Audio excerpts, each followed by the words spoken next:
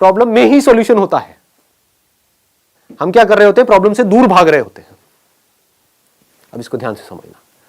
दो लोग हैं, एक ही कॉलेज में गए हैं, मान लो एक इंजीनियरिंग कॉलेज में गए, टॉप कॉलेज नहीं है, ये मैं एग्जांपल इसलिए ले रहा हूं क्योंकि बहुत इंजीनियरिंग कॉलेजेस हैं, भरे पड़े हैं इंडिया में।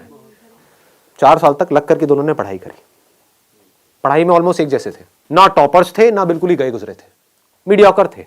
दोनों ने जॉब के लिए ट्राई किया, एक जगह किया, 2 जगह किया, 10 जगह किया और जॉब मिली ही नहीं। ये क्या है, सक्सेस है, फेलियर है? फेलियर है।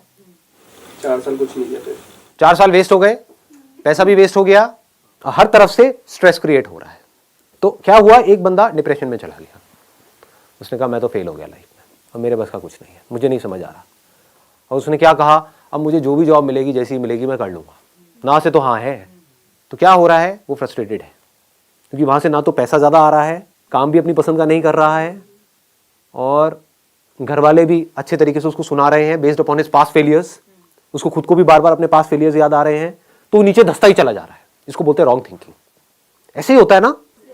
ये मैं एग्जांपल यहाँ पे इंजीनियरिंग का दे रहा हूँ, यहाँ पे आप किसी रिलेशनशिप को भी रिलेट कर सकते हो कि एक रिलेशनशिप में घुसे, सबके अगेंस्ट जा करके, और फिर ये हुआ और सब कुछ ही खराब होता चला जा रहा है, रिलेशनशिप डिवोर्स तक की नौबत आ गई, तो आदमी कैसे डिप्रेशन में जाता है, आदमी या औरत whatever.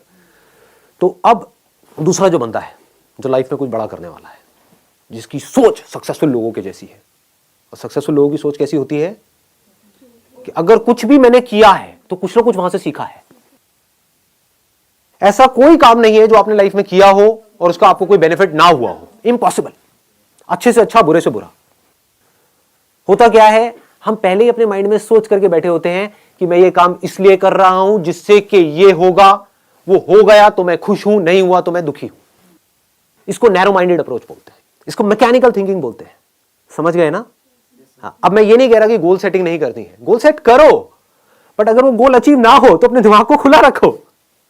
That is called open minded thinking. ये नहीं कि एक चीज नहीं हो रही है। फॉर एग्जाम्पल, आप यहां पर कोई कील ठोकने की कोशिश कर रहे हो और वो कील नहीं ठुक रही है, तो ये नहीं कि वहां पे लगे रहो, नहीं मैं तो ठोक के रहूंगा, मैं तो ठोक के रहूंगा, मैं तो ठोक के रहूंगा।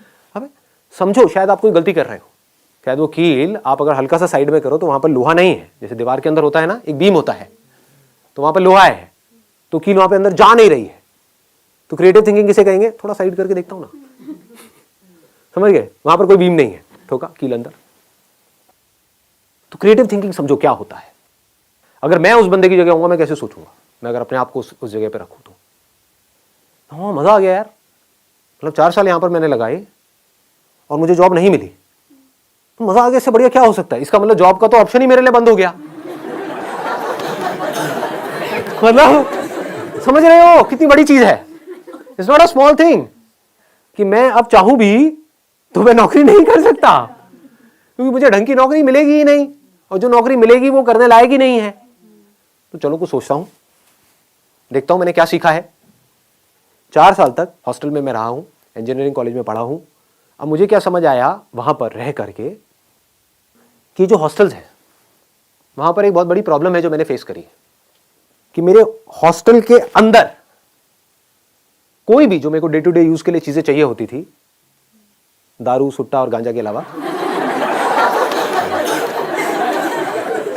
तो ऐसी जो चीजें मेरे को चाहिए होती थी डे टू डे यूज के लिए, चाहे फिर वो टूथपेस्ट हो, साबुन हो, ये हो, वो हो, क्योंकि हॉस्टल में जो लड़के होते हैं या लड़कियां होती हैं, उनकी जो नीड्स हैं वो बहुत अलग होती है उन लोगों से जो नॉर्मली घर में रहते हैं। और ये प्रॉब्लम सिर्फ मेरे हॉस्टल में नहीं थी, मेरे आसपास में पूरा का पूरा जो कैंपस एरिया है, वहां पर कोई भी ऐसी शॉप नहीं थी जहां पर मैं जाऊं और एक ही शॉप से मेरे को सब कुछ वो मिल जाए जो मुझे चाहिए।